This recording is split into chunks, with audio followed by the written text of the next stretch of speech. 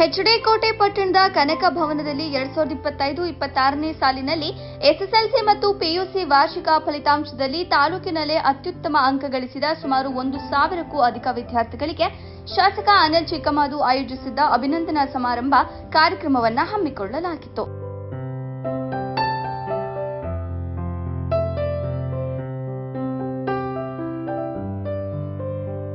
ನಂತರ ಶಾಸಕ ಅನಿಲ್ ಚಿಕ್ಕಮಾದು ಮಾತನಾಡಿ, ಶೈಕ್ಷಣಿಕವಾಗಿ ಜಿಲ್ಲೆಯಲ್ಲೇ ಕೊನೆಯ ಸ್ಥಾನದಲ್ಲಿದ್ದ ಹೆಚ್ಡಿ ಕೋಟೆ ತಾಲೂಕು ಮೊದಲ ಸ್ಥಾನ ಪಡೆಯಲು ಬಿಇಒ ರಾಜು ಮತ್ತು ಶಿಕ್ಷಕರ ಅವಿರತ ಪ್ರಯತ್ನ ಕಾರಣ. ಬಿಇಒ ಮತ್ತು ಶಿಕ್ಷಕರಿಂದ ತಾಲೂಕು ಜಿಲ್ಲೆಯಲ್ಲೇ ಶೈಕ್ಷಣಿಕ ಪ್ರಗತಿ ನಡೆಸಿರುವುದಕ್ಕೆ ಹರ್ಷ ವ್ಯಕ್ತಪಡಿಸಿದರು. ವರದಿ ರಮೇಶ್, ಹೆಚ್ಡಿ ಕೋಟೆ.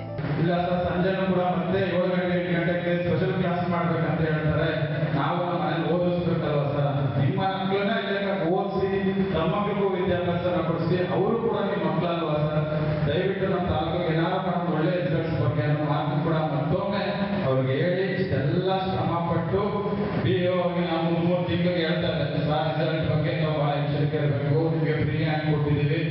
ಯಾವೇ ಟೀಚರ್ ಡೆಪ್ಯುಟೇಷನ್ ಕೇಳಿದ್ರೆ ನಾವು ಡೆಪ್ಯುಟೇಷನ್ ಮಾಡಕ್ಕೆ ಅವಕಾಶ ಕೊಟ್ಟಿಲ್ಲ. ಒಬ್ಬರು ಟೀಚರ್ ಮಾತ್ರ ನಾನು ಅವಕಾಶ ಕೊಟ್ಟೆ ಅವ್ರಿಗೆ ಕ್ಯಾನ್ಸರ್ ಪೇಷಂಟ್ಸ್ ಅಂತ ಅನಿಸುತ್ತೆ. ಅವ್ರೊಬ್ಬರಿಗೆ ಎಕ್ಸ್ಕ್ಯೂಸ್ ಕೊಟ್ರೆ ಯಾರು ಕೂಡ ಈ ತಾಲೂಕಿಂದ ಬೇರೆ ತಾಲೂಕಿಗೆ ಇಲ್ಲ ಬೇರೆ ಸ್ಕೂಲ್ಗೆ ಡೆಪ್ಯುಟೇಷನ್ ಮಾಡ್ತಕ್ಕಂಥ ಅವಕಾಶವನ್ನು ಕಲ್ಪಿಸ್ತಿಲ್ಲ.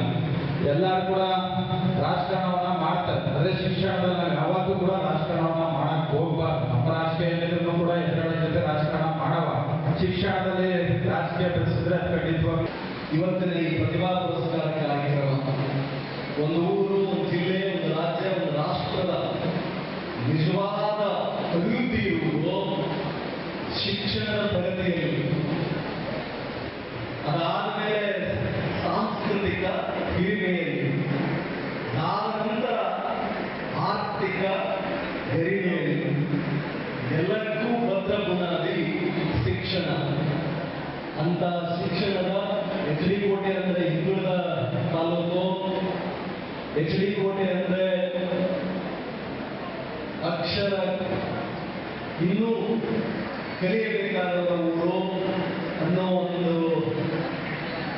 ಪ್ರಶ್ನೆಗೆ ಬಹುದೊಡ್ಡ ಕಾರ್ಯಕ್ರಮದ ಉತ್ತರ ಹೆಚ್ಡಿ ಕೋಟೆ ಇವತ್ತು ಇಡೀ ಜಿಲ್ಲೆಗೆ ಪ್ರಥಮವಾಗಿರುವುದು.